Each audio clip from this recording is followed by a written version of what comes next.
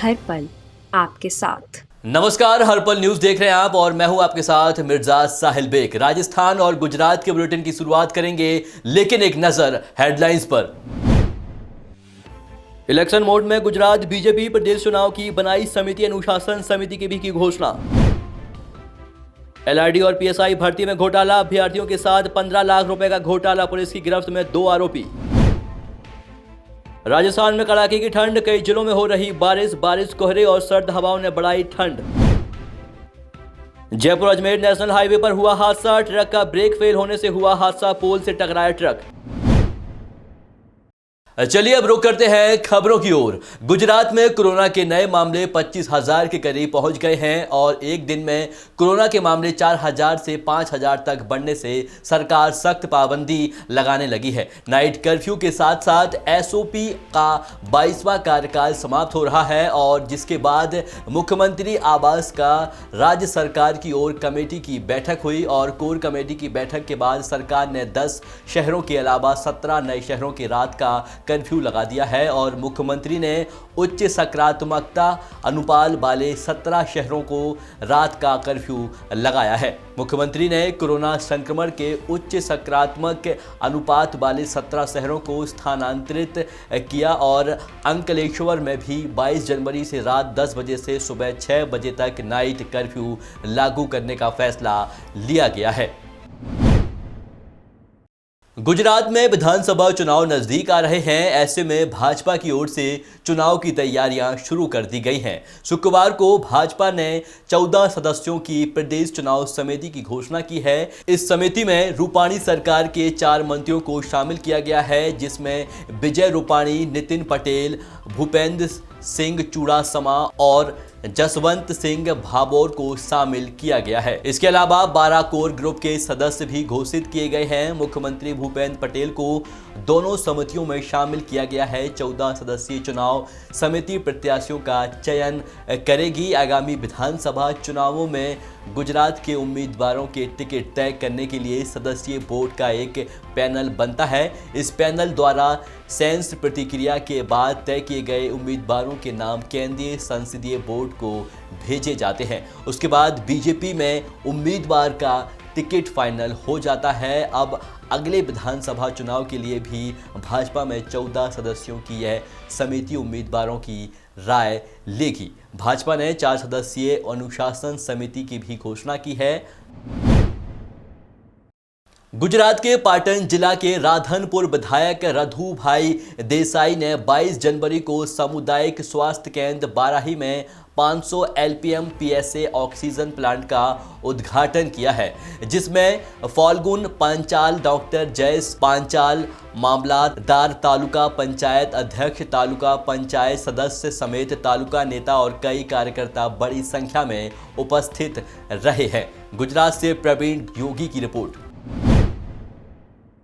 गुजरात राजकोट में पुलिस ने एलआरडी और पीएसआई भर्ती में बिना परीक्षा के सीधे बुलावा पत्र देने के आरोप में 12 अभ्यर्थियों के साथ 15 लाख रुपए के घोटाले, अभ्यर्थियों के साथ 15 लाख रुपए के घोटाले में 2 और आरोपियों को गिरफ्तार किया है और मुख्य साजिशकर्ता कृष्णा और जनीश के आज 3 दिन के रिमांड के दौरान कृष्णा और जानिस पुलिस का सहयोग नहीं कर रहे थे। उन्हें आगे की रिमांड के लिए अदालत में पेश किया गया है, लेकिन अदालत ने उन्हें रिमांड नहीं दिया और जेल भेज दिया है। आरिफ को पकड़ने के लिए एक पुलिस टीम दिल्ली पहुंची है और उस कार्यालय के मालिक नीलेश मकवान, जहां से पैसे लिए गए थे, जांच में सामने आया है कि कृष्णा को पहले केन्या में धोखाधड़ी के आरोप में 1 महीने जेल भी सजा सुनाई गई थी, जबकि राजकोट में भी कृष्णा के खिलाफ 2-3 याचिकाएं प्राप्त हुई है। आज सभी आरोपियों को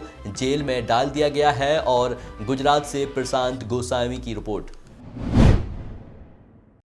गुजरात के अहमदाबाद में स्थित श्रीनाथ नगर गेट एक भीलवाड़ा निवासी पाल जयबीर के घर में रात भर में गैस का सिलेंडर लीक हो गया, जिसके चलते सुबह जब परिवार ने लाइट जलाई तो धमाके के साथ आग लग गई और तीसरी मंजिल पर स्थित कमरा बुरी तरह से क्षतिग्रस्त हो गया। मकान की दीवार टूट पड़ी है और हादसे के चलते घर में ही किशोरी समेत 2 युवक गंभीर रूप से घायल हो गए हैं और सभी को पार्षद जगदीश राठौर को घटना की सूचना दी गई और फायर ब्रिगेड और एएमसी को सूचित किया गया है। घायल तीनों को 108 वाहनों के इलाज के लिए भेजा गया है और अस्पताल के बर्निंग बोर्ड में ले जाया गया है। एएमसी के संपादा विभाग को सूचना देते हुए टीम ने क्षतिग्रस्त खतरनाक कमरे को खाली कराने का काम शुरू कर दिया है। आपको बता दें कि इस घर के नीचे दूसरी मंजिल में शादी की तैयारी कर रहे परिवारों को बचाया गया है। हालांकि हादसे में इस कमरे की दीवारें गिर गई हैं। नीचे के मकान में रहने वाले जाग गए और सुरक्षित स्थान पर पहुंचे हैं। यहाँ पे सुबह 6-6:30 बजे इनके रूम में गैस का बाटला था। अब गैस का बाटले का पाइप शायद मतलब वहाँ से लीकेज था, तो ये लोग कल रात को इनको ऐसा हल्का लगा किसी को लीकेज है, लेकिन ध्यान नहीं दिए। लेकिन ये लोग रूम बंद करके खिड़की बंद करके ये लोग सो गए। फिर मॉर्निंग के टाइम ये लोग मतलब कुछ लाइट ऑन किए या कुछ किए, जिसकी वजह से पूरा उसके रूम के अंदर पूरा गैस पूरा मतलब फैला हुआ था, जिसके स्विच चालू करने से पूरा मतलब हो गया, जिसकी वजह से हल्का यहाँ पे आग लगा और पीछे का दीवार सब फट के बाहर निकल गया, गैस निकल गया। खबर गुजरात के अहमदाबाद से है, जहां मकरबा सरखेज हाईवे पर एक कार में अचानक आग लग गई है। आग लगने के मौके पर मौजूद लोगों में हड़कंप मच गया। वहीं इस बीच कार चालक ने चलती कार से बाहर कूद गया और अपनी जान बचाई है। घटना के बाद मौके पर मौजूद लोगों ने आग लगाने की खबर दमकल को दी, जिसके बाद मौके पर दमकल की गाड़ियों ने आग पर काबू पाया है। गुजरात से संवाददाता राकेश गोसाई की रिपोर्ट। जयपुर एयरपोर्ट पर सोने की तस्करी के साथ साथ कोकीन और अब फॉरेन करेंसी की भी तस्करी होने लगी है। एयरपोर्ट पर शनिवार को कस्टम विभाग की टीम ने एक युवक के पास से 1,30,200 यूएई दिरहम बरामद किए हैं। युवक गुजरात का रहने वाला है और यह रुपए दुबई के ले जाने की फिराक में था। युवक गुजरात में मुंबई और वहां से डोमेस्टिक फ्लाइट में जयपुर पहुंचा था और यहां से दुबई जाने वाली इंटरनेशनल फ्लाइट से उसे पकड़ लिया गया है। युवक के पास से बरामद की गई ये विदेश मुद्रा भारतीय रुपए से 25,58,430 रुपए है। कस्टम ने युवक को फॉरेन एक्सचेंज मैनेजमेंट एक्ट 1999 के तहत गिरफ्तार कर रुपए जब्त कर लिए हैं। जयपुर अजमेर नेशनल हाईवे के टोल पर गुरुवार को ब्रेक फेल होने से एक ट्रक असंतुलित होकर पोल से जा टकराया। घटना का सीसीटीवी भी सामने आया है। हादसे में ट्रक का केबिन पूरी तरह से क्षतिग्रस्त हो गया है। पोल से टकराने से पहले ट्रक ड्राइवर ने कूदकर अपनी जान बचाई है। बता दें कि ट्रक जयपुर से अजमेर की ओर आ रहा था और गनीमत रही है कि ट्रक पोल से टकराकर रुक गया, वरना बड़ा हादसा हो सकता था। सूचना मिलने पर पुलिस मौके पर पहुंची है, जिसके बाद पुलिस की शुरुआती जांच में सामने आया कि ब्रेक फेल होने से यह हादसा हुआ है। राजस्थान के नागौर में सड़क किनारे फूल बेचने वाले खाना बदोश परिवार की मासूम बच्ची को शुक्रवार देर रात तेज रफ्तार ट्रक की चपेट में आ गई। बता दें, हादसा जिले के खीपसर थाना इलाके में NH 62 पर हुआ है और खीपसर GSS के पास पंजाब नंबर के एक बेकाबू ट्रक ने 15 साल की मासूम बच्ची को कुचल डाला। हादसा इतना भयंकर था कि बच्ची का शव ट्रक के टायर से चिपक गया। वहीं घटना की सूचना मिलते ही पुलिस मौके पर पहुंची है और सबको कब्जे में लेकर खीपसर CHC की मोर्चरी में रखवाया गया है और ट्रक को जब्त कर थाने में खड़ा करवा दिया गया है, जबकि हादसे के बाद ट्रक ड्राइवर मौके से फरार हो गया। राजस्थान में शुक्रवार को भी तीसरी लहर में सबसे ज्यादा मौतें हुई हैं और सबसे ज्यादा मरीज सामने आए हैं। 7 महीने बाद राजस्थान में कोरोना से 15 लोगों की मौत हुई है। वहीं 16,878 नए पॉजिटिव मिले हैं। इससे पहले जून में 25 मौतें हुई थी और 16,878 में से 4,035 केस जयपुर में मिले हैं। वहीं 15 दम तोड़ने वालों में से 3 जयपुर के थे और इसके अलावा भी जोधपुर में 2,222, अलवर में 1,371 संक्रमित मिले हैं। मौतों की बात करें तो जयपुर में 3, अजमेर बीकानेर में 2 मरीजों ने दम तोड़ दिया है। 8 जिलों में बाड़मेर, भरतपुर, दौसा, नागौर, पाली, राजसंबंध, सीकर, टोल में एक पॉजिटिव मरीज की मौत रिकॉर्ड हुई है। प्रदेश में कोविड मरीज पॉजिटिव मरीजों की संख्या बढ़ रही है। मौत का आंकड़ा लगातार बढ़ता जा रहा है और मिली जानकारी के अनुसार एक्टिव केस की संख्या बढ़कर 84,787 पहुंच गई है।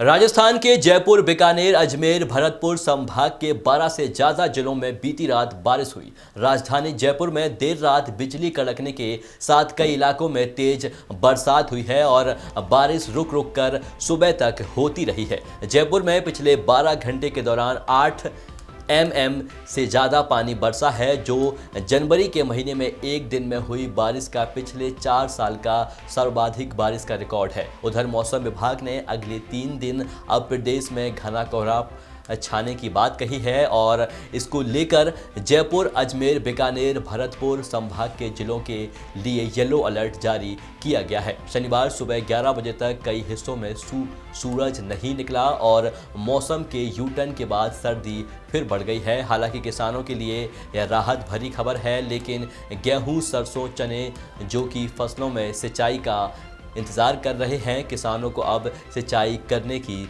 ज़रूरत नहीं पड़ेगी।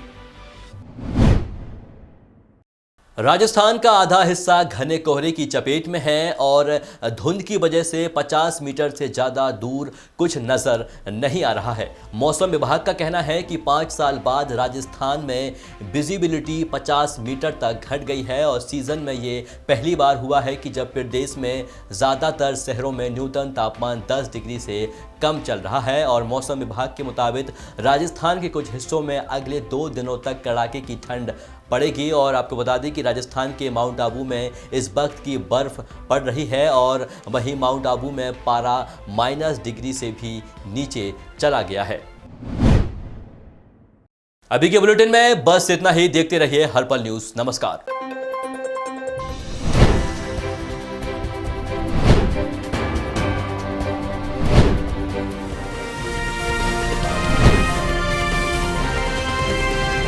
हर पल आपके साथ।